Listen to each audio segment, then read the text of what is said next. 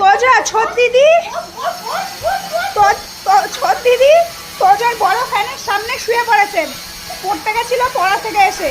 হ্যাঁ হ্যাঁ হ্যাঁ, কেন ছোট দিদি শোবে? ছোট দিদি কেন শোবে?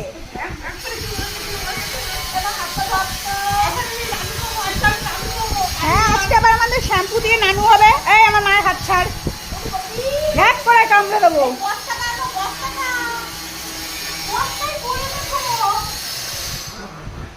এই বস বস বস, ছোট দিদি মুখের উপর বস। এই খেলবে, আরো খেলবে।